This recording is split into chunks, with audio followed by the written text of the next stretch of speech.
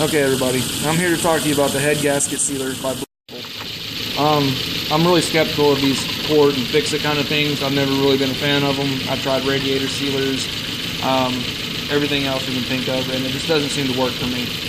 But I have an '04 Volvo S40. It's my wife's car. Her turbo recently blew back in the back, and I had to replace that. And in the process of that, I found out that I actually have a blown head gasket too. Nothing major, but it's still there. So I got online, and this is the best thing I can find. It's $65. I know you guys are like, oh, that's a lot for a bottle that big. But $65 versus $1,100 to just fix. Besides that, I've talked to 3 different mechanics, and they don't even want to touch this thing because it has so many special tools you have to get, is what they tell me, and everything's so tightly put in here that you can't do anything with it. There's actually a cover that goes here. It's a pain in the ass. So this was my next best option. Basically what you got to do is you got to flush your radiator, and flush your radiator really good. The bottle says to use a flushing agency, and then fill your radiator and reservoir back up with water. You have to leave enough room to pour this in there, and the directions for the amount to pour in is on the bottle. You'll see it when you buy it. And it's guaranteed. I mean, where can you go wrong? If it doesn't work, get your money back. What do you got to lose? So that's what we did. We flushed the radiator, filled the water up to minimum so I could pour my bottle in there.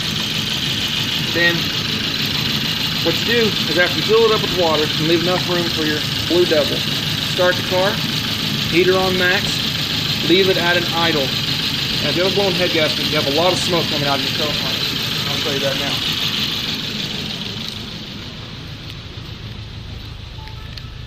Okay. I was going to do this video earlier, but I ran out of time and I couldn't get my phone to work, but you can kind of see some of the smoke coming up right here. It was a lot worse, but because I don't have coolant in it, it's mostly burning right down here. It's mostly got water coming out of here because I don't have coolant in here, it's water. So, needless to say, did all that. Turn the car on, put the heater on max, and it says to pour extremely slowly. It should take you 30 seconds to pour half a bottle, 60 seconds for a full bottle. You pour it in. I don't have a radiator cap, so you pour it into the radiator cap, but I actually don't have that on this Volvo because it's a freaking Volvo. So I poured it into here. I saw other people pouring it into here, so that's what I'm doing. It's my next best option. We've been running it for roughly half an hour so far.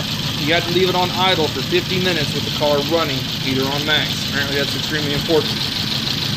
And you also have to remove your thermostat. You have to remove this in order to do this, so that way it can flow freely through there.